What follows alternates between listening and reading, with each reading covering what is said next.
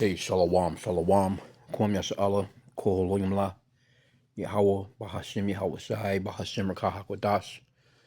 Double honors to our apostles and elders of Great Millstone who rule well, and that by the Spirit taught us this beautiful truth, and just want to take the water to all the Akim and Akhwa that's out here sincerely keeping the laws, the statutes, and commandments of Yahweh Bahashim Yahweh Shai to the best of their ability. This is Yahkanan Nawach.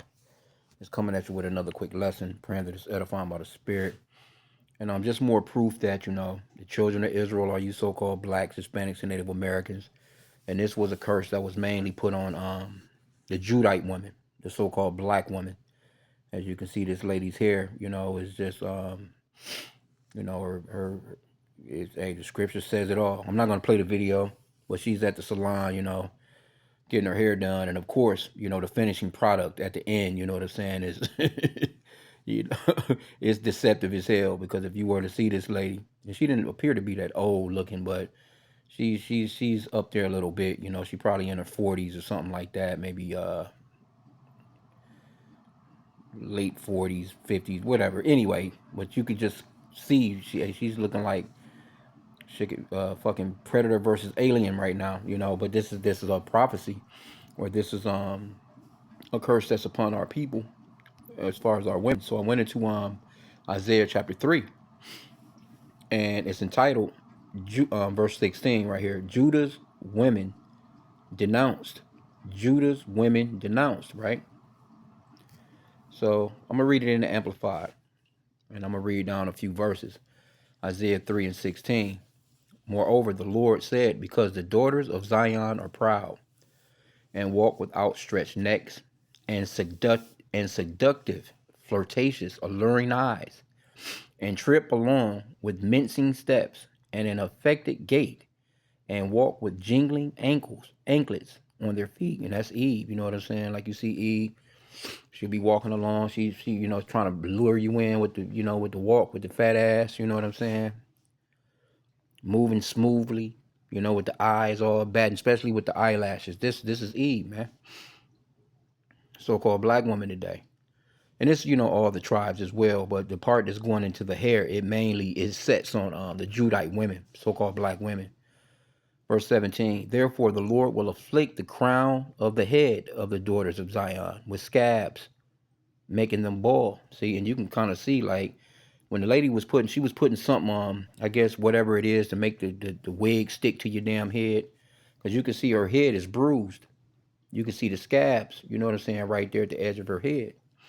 And right there where her hair starts, those are scabs.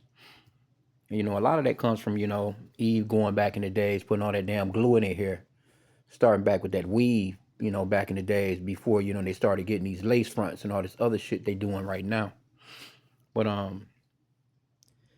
verse 17 again in the Amplified, Isaiah 3 and 17, therefore the Lord will afflict the crown of the head of the daughters of Zion with scabs, making them bald, and the Lord will expose their foreheads, send them into captivity. See?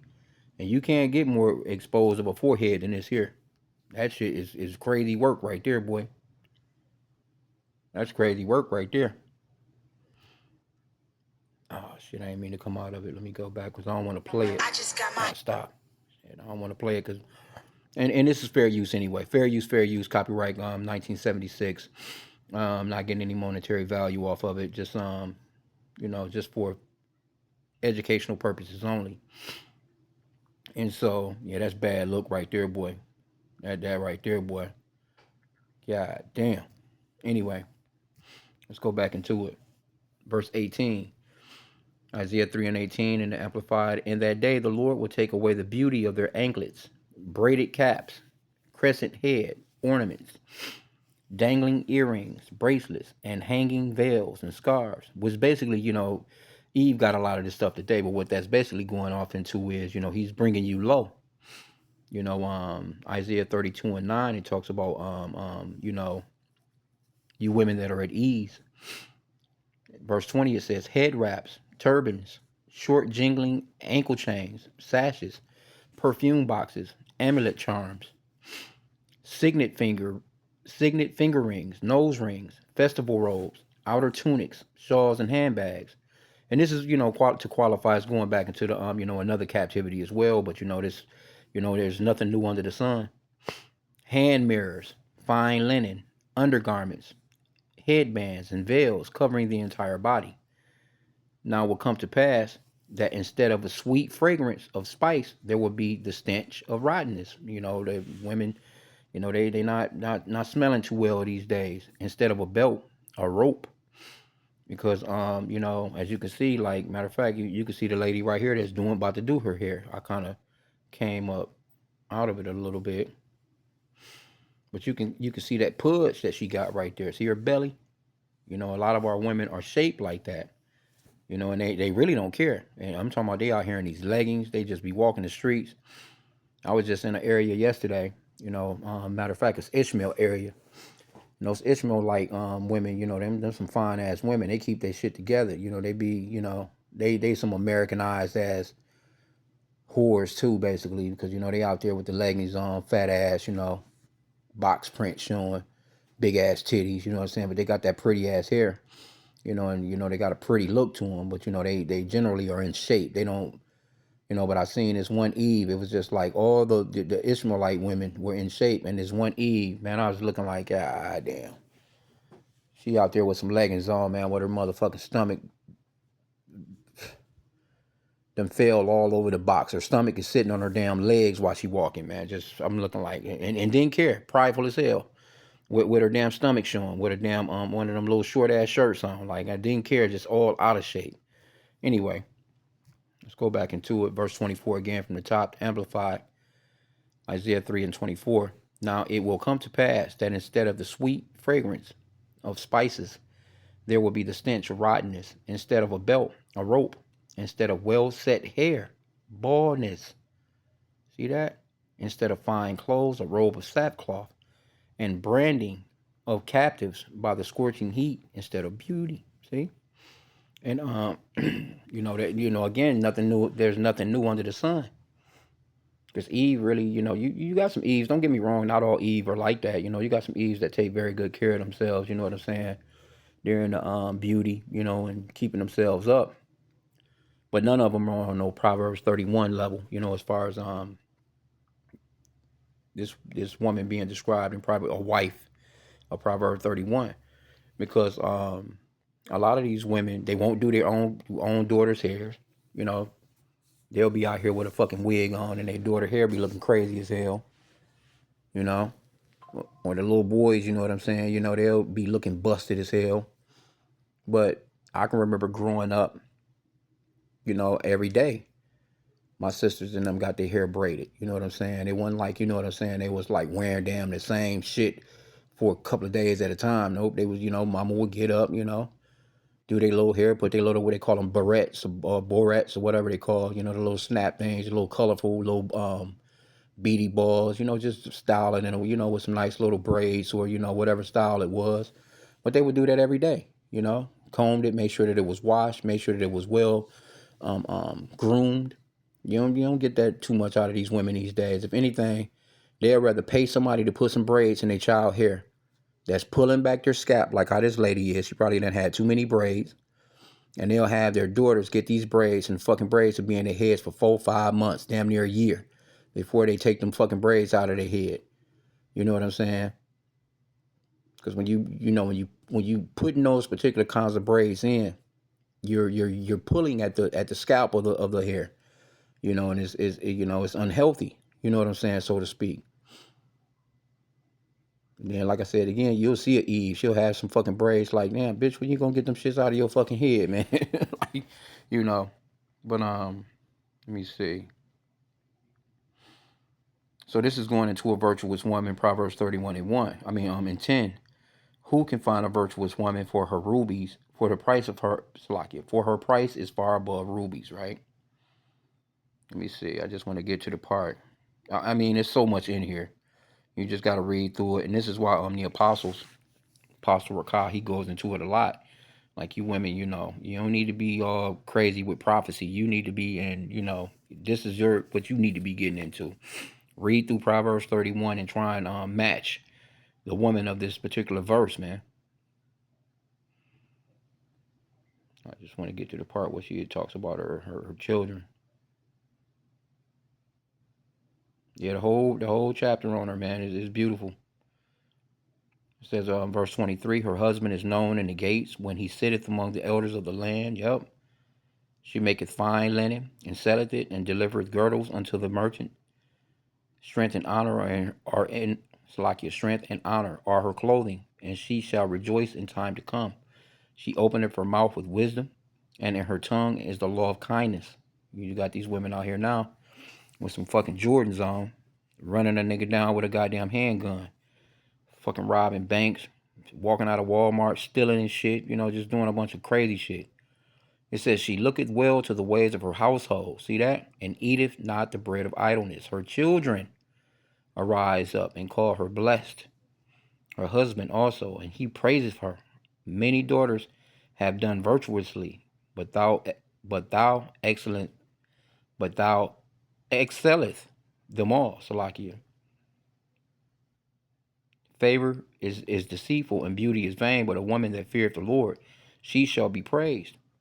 See? Give her the fruit of her hands, and let her own works praise her in the gates. So it's nothing wrong with looking nice, you know what I'm saying? But you need to have that spirit of Yahweh Bashim Yahushai, man, that gentleness, because you got a lot of Eve out here. They look good, but they fucking monsters. You don't even want to even come across them, man. It's for real. But let's go back to Isaiah 32. I just seen that and was like, God damn, her head is through. But guess what though? At the finishing product, after she got her shit done, deceptive. Because the average dude, if you saw her in public, you just thinking that you talking to a nice looking lady, you know what I'm saying? But you fuck around, you wake up next to the fucking predator and the alien, man.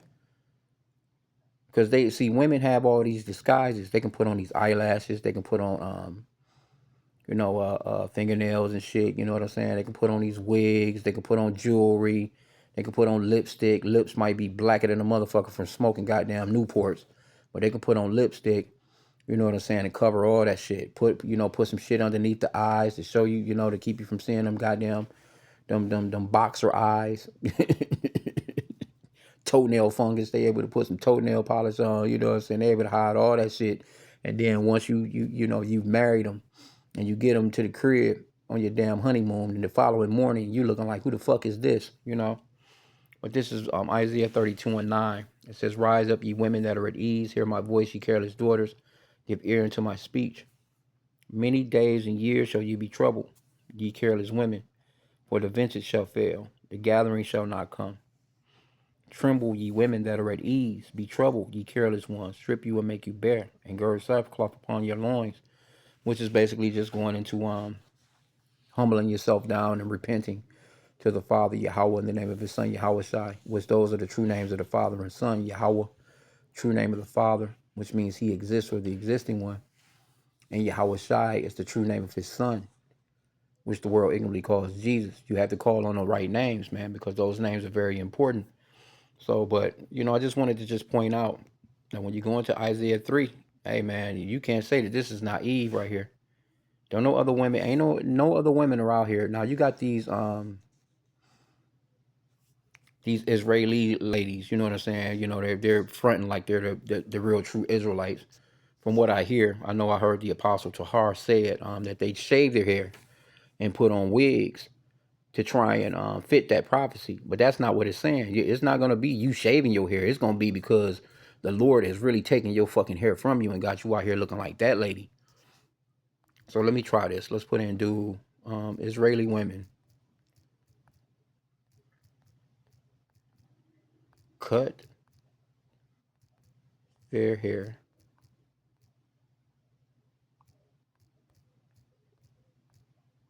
to fit Isaiah 3:1. We're I'm just gonna put in Isaiah 3. Let's see.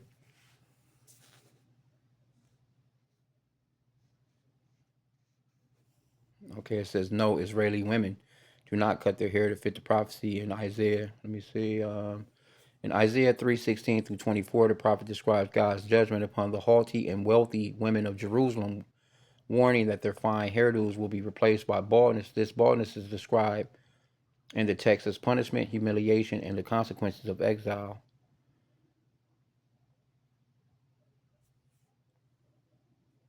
Uh,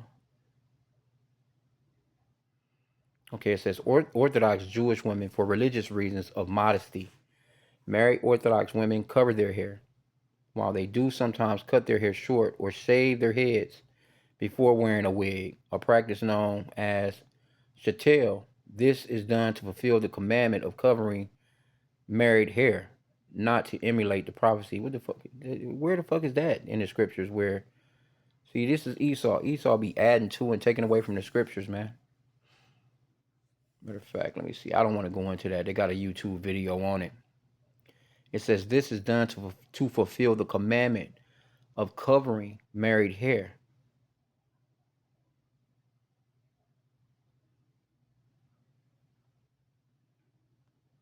Okay, let me see.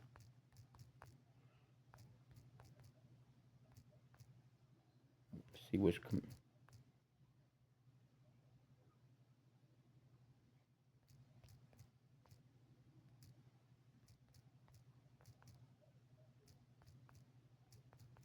Bear with me here.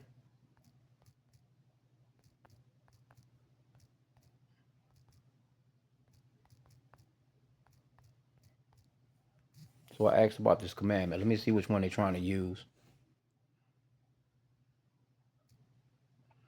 In Orthodox Judaism, see, and this is not Judaism. The scriptures got nothing to do with no fucking Judaism, man.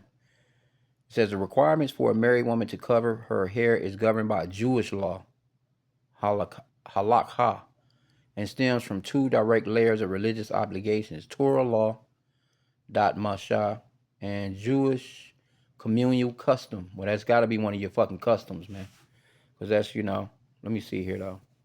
Rather than a single explicit positive commandment written directly into the text, because it's not one, such as thou shalt cover thy head. Okay, well, you cover your head with a fucking scarf or a garment, man. It's not you gonna cut your fucking hair off to cover your head with a fucking wig. That shit don't make no sense. The obligation is derived through the following legal sources: Torah law. The biblical foundation for the obligation is derived by the sages of the Talmud. See? Now, see, they ain't got nothing to do with no fucking Talmud, man. But they got Numbers chapter 5, verse 18. So let's go into it. Numbers 5 and 18. You people are not the people, man. It says in the Numbers 5 and 18. I'm going to read it in the Amplified. Let's just see. Make it simpler, probably. The priest shall then have the woman stand before the Lord and let her hair of the woman's head hang loose, and put the memorial grain offering in her hands, which is the jealousy offering. And in the hand of the priest is to be the water of bitterness that brings a curse. This is going off into the jealousy offering.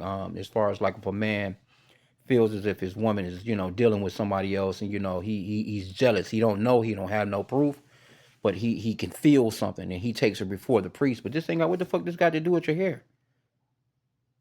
In the Amplified, let's read it in the KJV. And the priest shall set the woman before the Lord and uncover the woman's head. Okay, so what the priest is cutting her fucking head, boy? Or is he taking the? This is crazy, bro. And put the offering of memorial in her hands, which is the jealousy offering. The priest shall have in the hand the bitter water that causes the curse. But it's not saying anything about cutting no hair, man.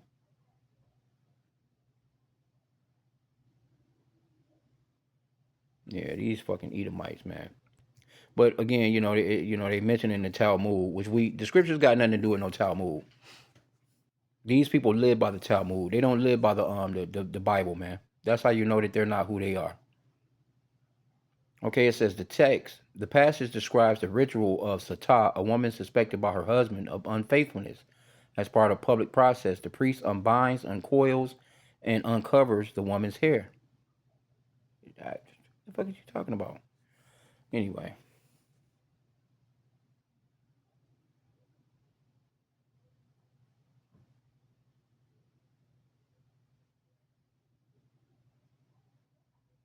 It's still, it's got nothing. What's it got to do with cutting the hair? Like, it says nothing about a priest cutting no damn hair, bro.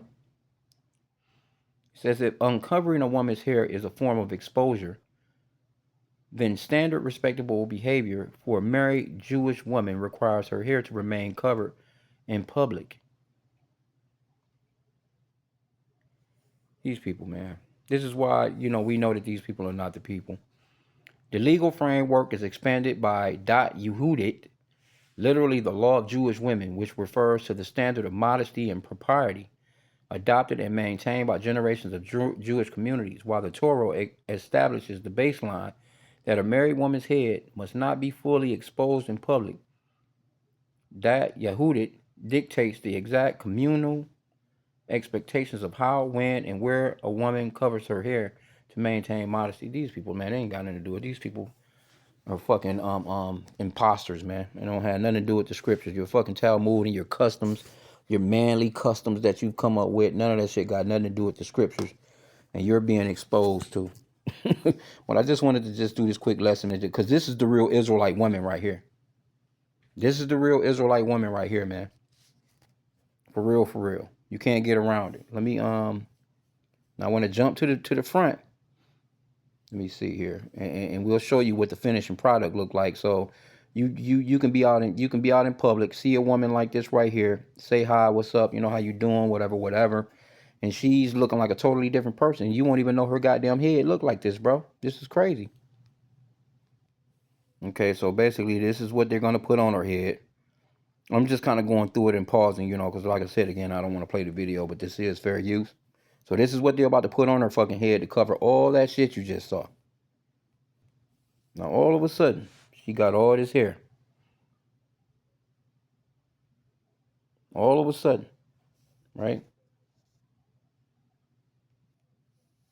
And there you have it. There's your finished product right there. Right? And you'll think that you fuck around and wake up to that other thing, boy, like god damn, bro. Anyway though, I just wanted to just, I just pray that this is edifying and just because it's more proof of who the children of Israel are. You know, there's plenty of edification that we can get from, videos like, just showing who Jake really is when it comes to the curses of Deuteronomy chapter 28. Different prophecies that will play out in the scriptures. That's how you get who's really who, because those people over there in Israel, they don't fit these prophecies, man. No, those women are not bald head. Them people, them women are not dealing with no scab as far as they fucking foreheads, and them people, them women have long ass hair until they die.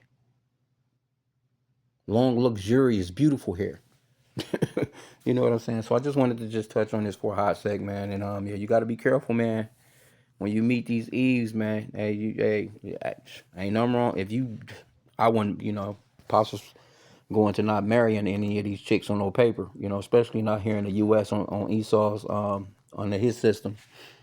But if you planning on getting up and dealing with one of these motherfuckers for good, and she's always got makeup on, she's always got a wig or some shit on, you might want to, ask her, can I see you one day with your all natural? You know what I'm saying?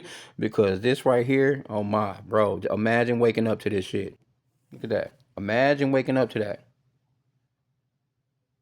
And that's that real scab. You can see her shit bruised all up.